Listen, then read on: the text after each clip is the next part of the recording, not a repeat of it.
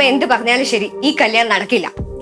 കല്യാണം വല്ല ഉറപ്പിച്ചു കഴിഞ്ഞിട്ട് ഈ കല്യാണം വേണ്ടെന്ന് പറയാം, അതെങ്ങനെ ശരിയാവാനോ ചേ? നിങ്ങൾ എന്നോട് ചോദിച്ചിട്ടാണ് കല്യാണം ഉറപ്പിച്ചത്. നിനക്ക് ആരോടും പ്രേമവും ഇല്ല, 10-26 വയസ്സായില്ലേ, ഇനി എപ്പോ കേട്ടാനാ നീ? കല്യാണത്തിന് ഞാൻ ഒട്ടും പ്രിപ്പയർഡ് അല്ല. എന്താ ഇവിടെ പ്രശ്നം? കുറെ നേരമായാലും വലിയ ബഹളം. പെമ്പിളാർക്ക് ഇത്ര അഹങ്കാരം കൊള്ളത്തില്ല.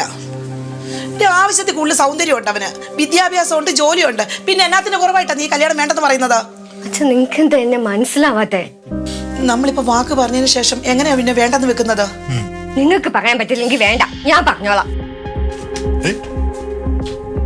ഇവക്ക് എന്ത് പറ്റി? എനിക്കറിയാല. നീ ഒരു കാര്യം ചെയ്യാം, ഒന്നുകൂടെ മയത്തിലൂടെ പറഞ്ഞു നോക്ക്. ഈ കല്യാണം നടന്നു കിട്ടിയ അവളുടെ ഭാഗ്യമാണ്. അത് പറഞ്ഞാൽ മനസ്സിലാവണ്ടേ? എല്ലാം ഒത്തു വന്നപ്പോ ഇതെങ്കിലും നടക്കുമെന്ന് ഞാൻ വിചാരിച്ചതാ. അവളാണെ അമ്പിലും വില്ലിലും അടുക്കുന്നില്ല. 10-26 വയസ്സായി. അവിടെ കൂട്ടത്തിൽ പഠിച്ചവർക്കെല്ലാം കല്യാണവും കഴിഞ്ഞു.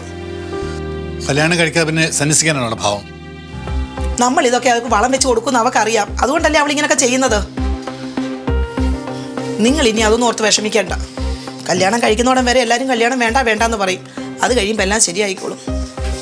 എൻ്റെ കൃഷ്ണ, ഇതെങ്കിലും ഒന്ന് ശരിയാക്കി തന്നാൽ മതിയായിരുന്നു. ഹലോ, ഞാൻ ആതിരയാ.